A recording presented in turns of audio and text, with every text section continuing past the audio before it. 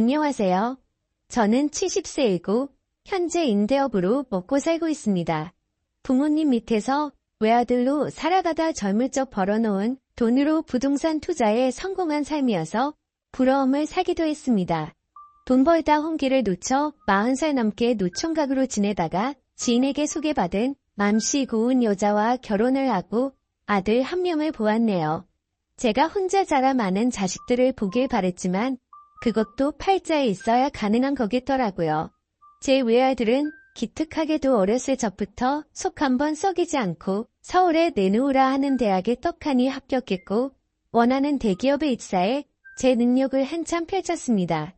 그리고 그곳에서 사내 연애로 만난 3살 연상인 여자와 결혼을 하겠다고 저절로 앞에 데려왔습니다. 지어머니처럼 순하고 착한 여자를 데려왔으면 좋았을걸? 꽤나 반반한 외모이기는 했으나 어딘가 모르게 드세 보이는 예비 며느리가 맘에 걸리더군요. 아들은 뭐가 울린 듯 콩깍지가 쓰였는지 계속 여자친구가 좋다 하니 자식이기는 부모 없다고 결국 아들을 위해 결혼을 허락하게 되었고 예비 며느리가 될 아이는 어느새 혼자 임신까지 한 채 배불렀어 결혼식장에 들어갔습니다. 사실 예비 며느리는 어렸을 적 부모가 이혼해서 엄마는 바람나서 도망갔고 아빠 밑에서 동생과 함께 같이 살았다고 합니다. 뭐 그런 가정에 편견이 있는 건 아니었지만 그래도 기왕이면 다홍치 마라고 귀하게 큰 내 자식이 여느 사람 못지않게 화목하게 자란 여자를 아내로 맞이하면 좋겠다는 욕심은 있었어요. 실제로 아들에게 여러 좋은 혼자자리연 가득 들어온 것도 사실이었고요.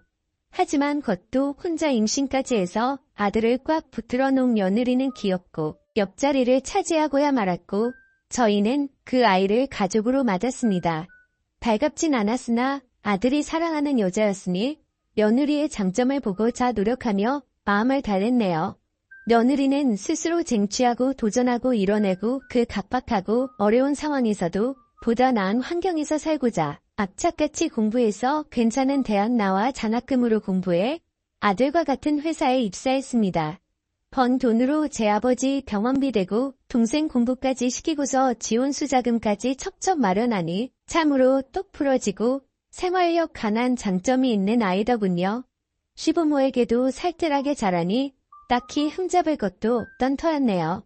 뭐 사람이 항상 완벽할 수만은 없으니 전 며느리를 맞아들이기로 하고 아들과 행복하기를 바랬습니다.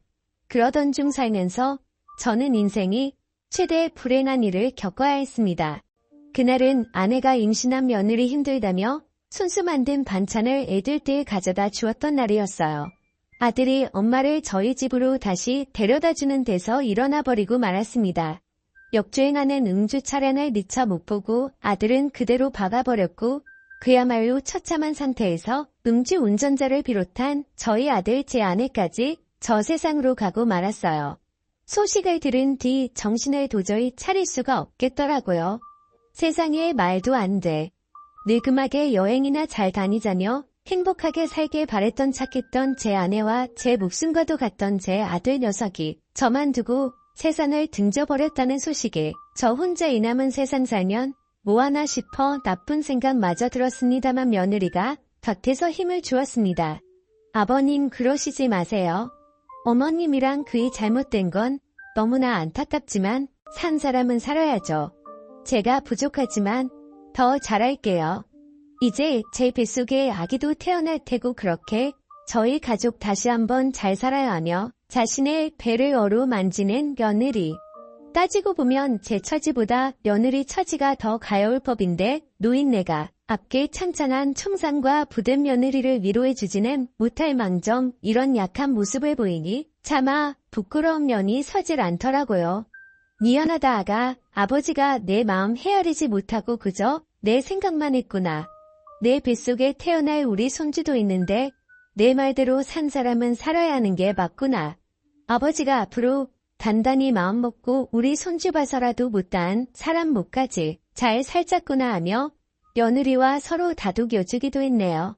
며느리는 얼마 안가 출산을 했지만 며느리 곁에 있는 사람은 오직 저밖에 없었습니다. 출산하는 그 희망 순간마저 제 안 사람도 아들도 아무도 없다는 게 참으로 서글프더이다. 며느리와 저는 호롤던 신인 상태에서 서로를 의지하며 손주와 인사를 했고 제 손주 녀석은 태어날 때부터 아비 얼굴조차 보지 못한 가엾은 신세가 되었습니다. 저는 손주를 아들만큼 비어겨 며느리에게 넉넉하게 생활비를 주며 어디 밖으로 일할 생각하지 말고 오직 손주 녀석만 신경 쓰고 잘 키우라 했습니다. 처음에는 괜찮다며 제 아이이니 제가 복직해서 돈 벌어 아들 교육시키겠다 했지만 그래도 어디 그런가요? 제가 없는 사람도 아니고 건물 임대로만 웬만한 잘 나가는 월급쟁이 분급 이상 나오는데 저는 손주와 딱 한 며느리를 위해서 아낌없이 내주었습니다. 그렇게 6여 년이라는 시간이 흘렀고 연애 때와 마찬가지로 며느리와 가까이 있는 곳에 다 자란 손주 재롱 보면서 저는 가는 세월 붙잡지도 못한 채 나이만 먹어가고 있었습니다. 며느리는 직장에 복귀하게 되었고 가까운 데 사는 제가 손주를 데리고 와 항상 저희 집에서 시간을 보내곤 식사 후 집으로 가곤 했습니다. 제가 사는 이유는 자라나면서 아들을 때 닮아가는 손주를 보는 일이었고 아들 어렸을 적과 제 한 사람과 행복했을 적을 그리며 추억에 의지한 채 그저 눈 감을 날만에 기다리고 있었네요. 그러던 중 제게 들어오는 여자분이 있었습니다. 손주 유치원 같이 다니는 같은 반 아이 할머니였는데 와버린 자식을 대신해서 손녀딸을 봐주고 있는 사람이었어요. 그저 오다가다 인사하다가 이내 말 붙이는 사이로 그러다 차 마시고 식사하니 저희는 어느새 좋은 친구가 되었습니다. 정시라서 제가 정 여사님이라고 불렀는데 우리 눈 감은 안 사람처럼 참으로 착하고 순박한 그런 사람이었어요. 지난 아픔을 가슴에 묻은 한많은 세월 술 한잔하며 털어놓았더니 정 여사님도 속에 있는 말을 털어놓으시더라고요. 그러셨군요. 참 자식 먼저 보낸 부모 심정은 말로 다 못다하죠. 제 팔자도 어찌나 사나운지 남편 먼저 몹쓸댐으로 잃고 막내딸마저 사고사로 잃었는데 어찌나 죽지 못해 사는 목숨인지요. 얼마나 그간 힘든 삶을 사셨겠어요. 누구보다 그 심정 이해합니다. 라며 서로 자식 잃은 마음을 위로해주기도 했습니다. 절대 한 사람 아니면 제 곁을 내어줄 수 없다 여겼는데 정이라는 게 참으로 무서워 마음이 열리더라고요. 가끔 저희 집에 와서 식사를 챙겨주기도 하고 집안 청소를 해주며 제 말동무를 해주었는데 어찌나 말을 곱게 하는지 젊은 청춘 마냥 막 설레거나 하진 않았지만 함께하는 시간은 참으로 즐거웠습니다. 저희는 친구 관계로 넘어 남녀로서 호감이 생겼고 점차 가까워져 요즘 사람 말로 여자친구 남자친구이지 않은 연인 사이가 되었답니다. 그런데 어느 날 미처 염두에 두지 못했던 일이 생기고 말았어요. 아버님 저 왔어요. 외근 중에 잠시 근처에 왔다가 들렸는데 저희 승준이 유치원에 잘 다녀왔어요 라고 웃으며 들어오는데 그때 하필 제 집에서 정 여사와 그 손녀딸이 함께 시간을 보내고 있었고 정 여사님은 익숙한 앞치마 차림으로 부엌에서 뭐를 한참 만들고 있었습니다. 당황스러워하는 며느리 앞에서 저는 떠든거리며 정 여사님을 소개했습니다. 여들아 인사하거라. 우리 손주랑 같은 반 아이 할머니란다. 라고 인사를 하니 며느리 순간 새해지다 능청스럽게 웃으며 반갑게 정 여사님을 맞아주었습니다. 님가 골치가 아파지더라고요. 며느리가 드셨년이 있었으나 생각이 깊어 이해해주려니 싶기도 했지만 마음이 썩 편하지 않은 건 사실이었습니다. 며느리는 정 여사님을 보낸 후 평소처럼 손주 녀석을 데려갔고 다음 날도 그 다음 날도 정 여사님에 관해 어떤 것도 묻지 않은 채 흘려보냈습니다. 폭풍전야로 저는 며느리의 눈치를 보며 정 여사님을 숨어서 만나는 꼴이 되어버렸고 다행히 정 여사님은 제 입장을 이해해 주셨는지 서운한 내색을 굳이 드러내진 않더라고요. 그런데 며느리가 어느 날 어떤 여성분을 제 앞에 데려왔습니다. 아버님 서로 인사드리세요. 이분은 저희 친척분 지인이신 한 여사님이세요. 음식 솜씨도 좋고 집안일도 깔끔하게 잘하셔서 아무래도 아버님께 필요하신 분 같아 모시고 왔어요. 월급은 제가 알아서 드릴 테니 걱정 마시고 편안하게 지내세요. 한 여사라 하는 여자분은 두툼한 화장에 세련된 염색된 머리를 하고 정계차를 입고 왔더라고요. 이미 정 여사님께서 가끔 와서 집안일을 도와주던 터이기도 했고 불편하기도 해 저는 좋은 말로 거절했습니다. 허나 며느리 끝까지 제 말은 듣지도 않은 채 계속 이분이 집안일을 해주면 좋겠다고 하는데 막무가내 식으로 나오는 며느리의 두 손도 발 들어버렸네요. 아니나 다를까 한 여사가 오고 나선 정 여사님은 집에 자연스레 발길 이뜸하게 되어버렸고 그 틈을 타 한 여사는 제게 다가오기 시작했습니다. 늙음하게 여자복이 터졌는지 한두 번 피하고 거절하니 한 여사는 자존심이 상했는지 노골적으로 저를 유혹했습니다. 오늘 저 집에 안 들어가도 돼요.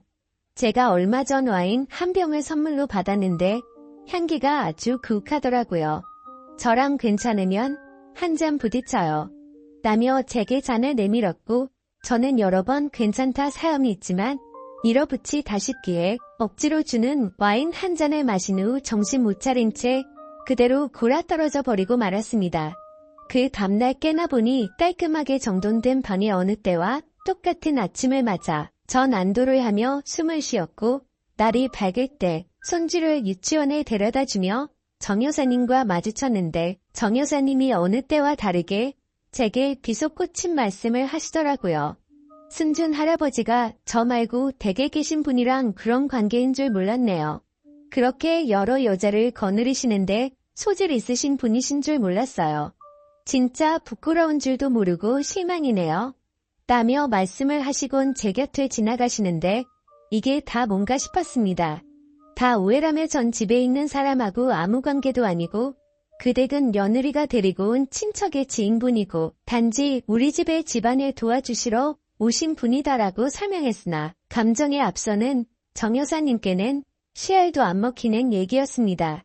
정 여사님하고 멀어지자 그 틈을 이용해 집에 있던 한 여사는 제 맘에 들기 위해 꽃단장을 하고서 찾아와 말동무도 해주고 집안일도 깨끗하게 쳐주고 정 여사님이 제게 했던 일로 제 맘을 사로잡으려 했습니다. 게다가 벼랑간 며느리까지 등장해 꽃다발과 봉투를 내밀더라고요. 어머 두 분 너무 잘 어울리세요. 그렇잖아도 제가 공연 티켓을 선물 받은 게 있는데 저 혼자 가기는 뭐하던 참이었거든요. 요새 잘 나가는 트로트 가수 공연이니 두 분이서 오붓하게 잘 다녀오시고 분위기 좋은 호텔 디너 뷔페 티켓도 함께 넣었으니 좋은 시간 보내시고 오세요. 라며 며느리까지 지원 사격을 해주니 백등 흘러가는 3원을 보아하니 며느리가 손을 썼는지 이런 3원을 다 염두에 두고 계획한 것 같더라고요. 워낙 영리하고 빠삭한 아이니 애써 저에 위해 그랬다고만 생각하려 했습니다. 뭐 사실 저 역시 정 여사가 그렇게 나오니 막상 실망스러움에 한 여사를 굳이 피하려 하진 않았지만 사람이 알면 알아갈수록 구관이 명관이다라는 말처럼 교양도 지식도 풍기는 외모의 분위기도 여러모로 정 여사님을 대신할 수 없겠더군요.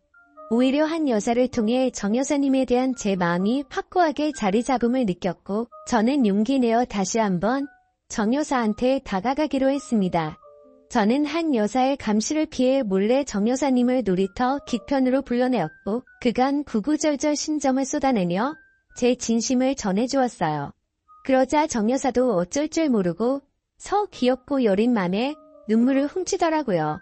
저도 실은 승준 할아버지가 보고 싶고 그립고 했어요. 제가 왜 그렇게 퍼부었나 반정도 많이 했고요. 하지만 생각할수록 제가 다가설 자리는 없는 것 같아 제 맘을 정리하기로 했습니다. 아무리 우리가 인생을 산 세월이 많다 한들 이해할 부분이 있고 도저히 이해가 안 되는 부분도 있잖아요 라고 말을 하면서 제게 휴대폰 사진을 주섬주섬 찾아 보여주더라고요. 그런데 이게 웬일인가요? 저는 휴대폰 사진을 보고 그야말로 숨이 턱 막히는 기분을 느꼈습니다. 그 사진은 바로 저와 한 여사가 한 이불을 덮고 자고 있는 모습이었어요. 그 사진이 정 여사님께 전송이 되었다는 겁니다. 저게 언제인지 생각해보니 아무래도 그때 한 여사가 제게 줬던 와인을 마시고 잠시 잠들었던 그날 같았어요.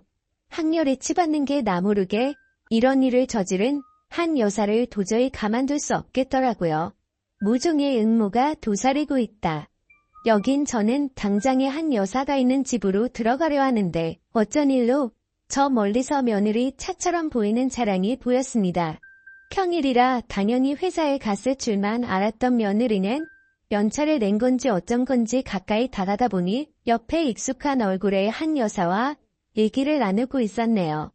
헌데 그 둘이 하는 얘기가 윈가 심상치 않았습니다. 야, 나 도저히 못하겠다. 저놈의 뻑뻑한 영감탱이 하나부터 열까지 다 맞춰주는데도 넘어올 기미가 단일도 없어. 저런 별 볼 일 없는 퉁퉁한 여인네랑 이런 신랑이 하는 것도 자존심 상할 판국에 이딴 대접 받아야겠니? 하며 더운 듯 부채질을 하고 있는 한 여사. 삐죽하게 노려보며 며느리가 입술을 깨물며 대꾸하더군요. 그래서 지금 재산 50억을 그 별 볼 일 없는 퉁퉁한 여인네한테 뺏기겠다고. 엄마 우리 아빠 돈 못 번다고 그놈의 돈 쫓아서 남편 자식 버리고 같이 일했던 사장놈하고 도망간 거 아니었어? 이렇게 돈 좋아하는 양반이 50억을 눈앞에 두고 포기하겠다고. 시아버지가 엄마한테 안 넘어올까봐 자신 없어진 건 아니고. 엄마 이게 대체 무슨 소리야? 분명 며느리가 한 여사한테 불렀는데 며느리는 어렸을 때 어머니가 바람나 집 나갔다고 했는데 그 엄마가 바로 한 여사라는 말입니까? 기틀거리며 거의 쓰러지기 직전이었던 전 금수만도 못한 무녀의 대화를 마저 들었습니다. 며느리의 말에 분이 이랬던 한 여사는 눈알이 뒤집힐 정도로 소리를 지르더군요. 자신이 없어. 너 어따 그 여자와 날 비교하는 건데. 나의 사람 취급도 안 했던 네가 재산 상속 때문에 날 내 시아버지 옆자리에 심어놓으려는 주식검은 속내 뻔히 아는데 네가 나한테 이따위로 나와도 돼. 아쉬운 게 누군데. 서로 아쉽지 않아. 엄마는 시아버지 곁에서 받을 호감까지 생각하면 나한테 저래도 모자랄 판이야. 시아버지 저세상 가고 나면 남은 재산 반반씩 나누기로 했으면 잘해야지. 50억이 거저 떨어지는 줄 알아. 죽 써서 정 여사인지 뭔지 그 여자 주기 싫음 제대로 좀 하자고. 라고 얘기하더라고요. 그 소리를 듣는데 얼마나 손발이 부들부들 떨리던지. 손주를 봐서 그간 믿고 있었던 며느리한테 뒤통수 제대로 맞았던 저는 모든 진실을 안 이상 더 이상 가만히 있을 수 없었습니다. 떨리는 손을 가다듬고 애써 제 전담 변호사한테 전화를 넣으려던 찰나 그때 한 여사가 며느리한테 찍소리도 못하고 씩씩거리며 나오더군요. 어머 깜짝이야. 아니 세상에 왜 여기 있어요? 설마 지금 여기서 우리 얘기가 엿들은 거예요. 어머 기가 막혀. 기가 막힐 노릇을 당한 게 누군데 그 배치 같은 여자는 저를 보더니 오히려 자기가 기가 막히다며 황당하다는 얼굴을 하고 있는데 지 엄마 얘기를 듣던 며느리는 단걸음에 달려와 경악하며 아버님 이게 어떻게 된 거냐면요. 말을 주춤거리자 저는 며느리를 붙잡고 흔들며 배신감에 치를 던 채 절규했습니다. 며느리는 한동안 가만히 제게 당하고만 있다가 기왕지사 엎어진 일 갈 때까지 가보자란 심경으로 절 뿌리치며 뻔뻔한 자태로 내지르더군요. 내가 부끄럽긴 뭐가 부끄러워요? 어머님이랑 우리 그 이한테 부끄러운 건 아버님 아니에요. 시어머니 밖에 없으셨던 분께서 이제 와서 무슨 부귀영화를 누리겠다고 그런 여자란 재혼을 할 생각을 하시냐고요. 그럼 우리 아들이란 저는요. 낙동강 우리 아이들하고요. 그 여자네 자식들은 이미 아버님이랑 지내 엄마랑 결혼하는 줄 알고 아버님 건물주인 거 알고 아주 신났던데. 그럼 며느리인 저와 제 아들은 어떻게 되는 건데요? 제가 뭐 때문에 여태까지 재혼 안 하고 아버님 곁에 있었던 노고가 몇 년인 줄 아세요? 그걸 유일한 핏줄인 우리 승준이만 물려받을 수 있는 아버님 재산을 그거를 그 여자와 나눠야 한다고요. 절대 있을 수도 없고 있어서도 안 될 일이에요. 저도 다 살자고 우리 아들 지키보자 했던 거라고요. 라고 끝까지 저 잘났다고 우리 손주 핑계만 대니 저는 며느리를 쳐내며 그 더러운 입으로 우리 손주 핑계 대지 말고 니살이 사육을 위해 우리 손주까지 이용하지. 이제 우리 인연은 여기까지구나. 내 너를 기특하게 생각하고 내 자식처럼 보듬어 주려고 했는데 이런 무서운 짓거리를 꾸민 너하고는 도저히 가족으로 살 수가 없겠구나. 당장 내 곁에서 사라지고 앞으로 평생 보는 일 없으면 좋겠구나. 라고 하니 며느리는 극단적인 상황에 치닫자 울음이 나오는 걸 간신히 악문 채 저를 붙잡고 선 그럼 승준이는요? 승준이도 다신 안 볼 생각인 거예요. 라고 해서 저는 한숨을 깊이 쉬고 그 어느 때보다 냉정한 결단을 내렸습니다. 승준이가 우리 손주인 건 맞지만 승준이가 내 아들로 사는 이상 난 승준이도 절대 볼 수가 없겠구나. 내 손주이기 전에 내 끔찍한 핏줄도 섞인 아이니까 라고 말하며 한치의 망설임 없이 뒤돌아섰습니다. 며느리는 그제서야 제 진심을 깨닫고는 그 와중에 잘못을 반성하기는커녕 저를 붙잡으며 울고불고 온갖 원망을 하며 독한 언성으로 시작했고 심지어 저를 향한 막말이나 저주도 서슴지 않았습니다. 추한 며느리를 보전이 남아있던 전마저 떨어져 관계는 파국으로 치닫게 되었습니다. 믿는 도끼에 발등 찍힌 저는 사람이 무서워져 더 이상 사람을 만날 수가 없는 지경에 이르렀고 심지어 미래를 함께하고 팠던 정여사마저 믿을 수가 없어 모든 인간관계를 정리한 채 살아나가고 있습니다. 그게 벌써 2년째이네요. 가끔 며느리와 손주가 곁에 있었던 지난 세월이 그리울 때가 떠오릅니다. 이렇게 된 건 다 누구의 잘못인 걸까요? 제가 뒤늦게 정여사와 만나 재혼하려는 게 그렇게 큰 문제였던 걸까요? 며느리가 그런 천인공노할 일을 저지를 만큼 만약 그렇다면 시간을 돌이키고 싶네요. 아무 일도 일어나지 않았을 때로 돌이키고 싶습니다. 오늘따라 먼저 떠난 아들과 제 아내가 참 그립습니다. 어쩌면 다시 만나지 못할 귀여운 손주 녀석도요. 어서 이 끔찍한 운명이 끝나길 바라며 괴로움을 털어놓고자 사연을 보내봅니다. 감사합니다.